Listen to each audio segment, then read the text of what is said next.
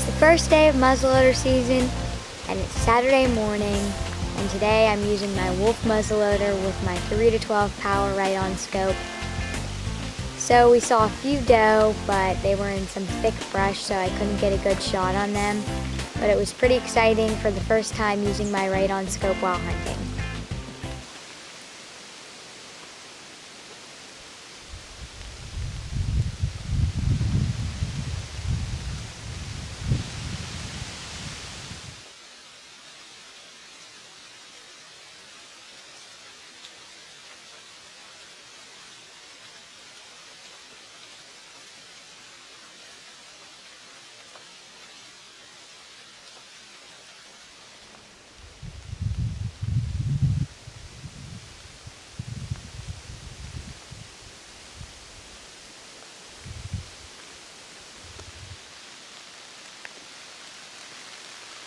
Can I shoot it?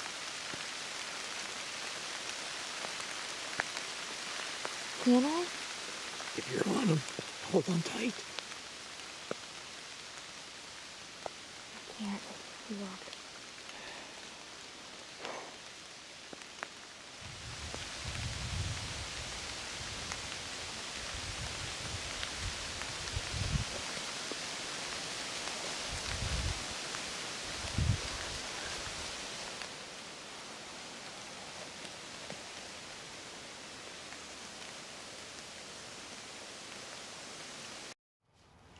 Today is the last day of muzzleloader season, so I really want to shoot a doe with my Riton scope this afternoon. We're going to hike up to my hilltop tree stand and hunt till dark. But first, we're going to show you a little video segment of my sister Veda on her first crossbow hunt. Veda is 9 years old and has been really excited about going deer hunting with my grandpa. She's been practicing after school with our Parker crossbow. Because the bow is too heavy for her to hold by herself, Veda had to get used to aiming and shooting with the bow on a special tripod stand. Just before the season started, they set up a trail camera at the bottom of our field, so they got a few shots of themselves trekking for tracks. They also got some good shots of a few deer passing by to feed on our apple trees.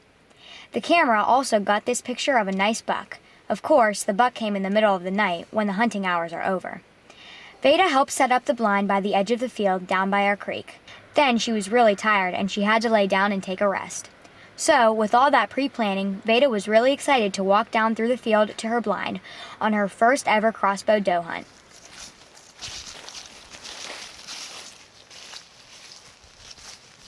Stop it.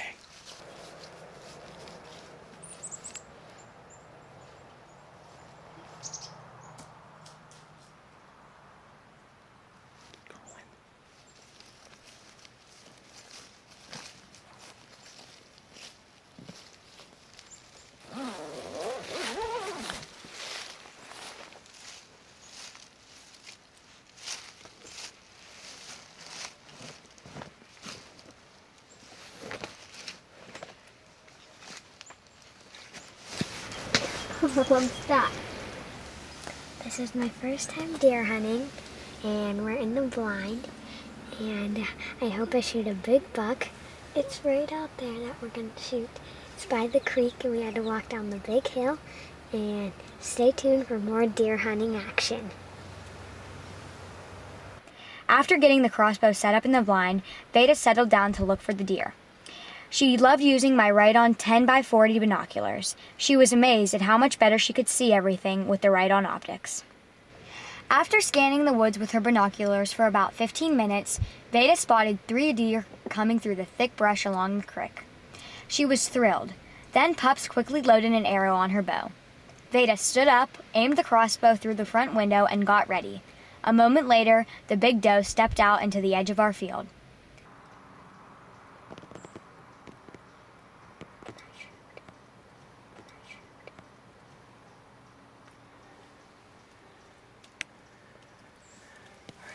Safety off. Okay, if you think you can shoot it, go ahead and shoot it. Right in the chest, go ahead, do it. Oh my god, I think I got him. I got him. I got him. Oh, I got him. Got him. I got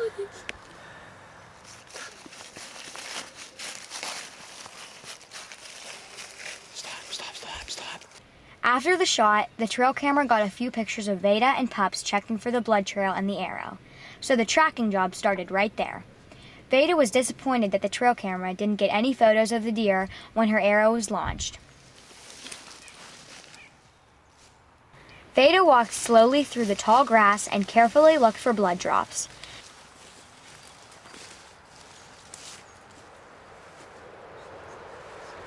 She found her broken arrow. It was covered with blood. Those lighted knocks really helped her show the way.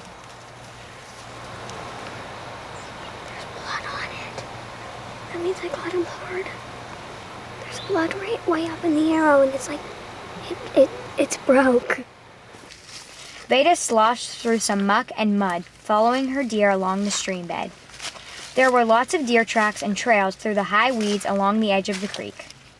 Veda picked up a leaf that was covered in blood. That was a good sign.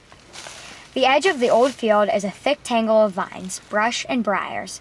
There are a few swampy areas, too.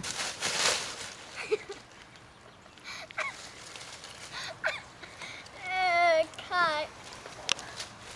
Pups crossed the creek to keep following the blood trail and left Veda on the other side.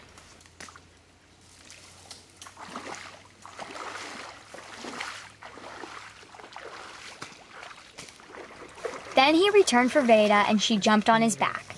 He waded across so her boots didn't get filled with water.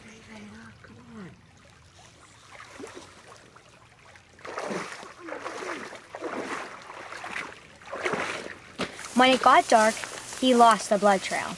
So he made Veda turn her red headlight on where the blood trail ended. All right, Veda. Here, I want you to stay right here. No more blood. I want you to stay right here. Don't move. Okay. You understand? Don't move, because I'm going to try to find the blood trail further down. Okay. And then I'll come back for you. Okay? Don't go anywhere. See, that's the last piece of blood right there. Okay. He left her sitting alone in the woods while he went on looking. Finally, in total darkness, he used his flashlight to find the big doe. I'm going to tell Ruby that I did better from her, because it was my first try and I got it. And I was trying to tell Pop that I saw blood even though I did it, just so we could keep moving and find it. And it's nighttime and we went across the river for this, so everybody give me a round of applause. And she's very meaty, as you can see. And I shot her right in the heart on the other side, so yeah. And yeah.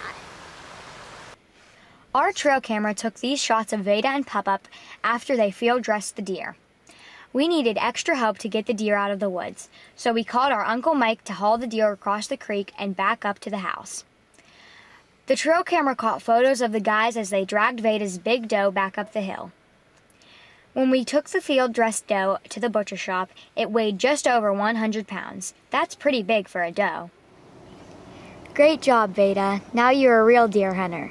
Next, you'll have to try for a big buck with that crossbow. I really want to shoot a doe with my muzzleloader and right on scope, but the one thing I don't like about this special doe season is it starts during the archery season. That means if a nice buck walks by and I'm holding my muzzleloader, I can't shoot the buck. I could shoot the buck if I was using my crossbow, so I'm always sad when a buck shows up in this doe season. Well, we hunted right up to the last minute of daylight and we never got a shot. So the inline muzzleloader season is over for this year. I'm mad that I didn't get a chance to shoot a deer with my right on scope. So now we'll go back to hunting for a nice buck with my crossbow. Just remember, at Ruby's Outdoor Rendezvous, we are on target for all seasons.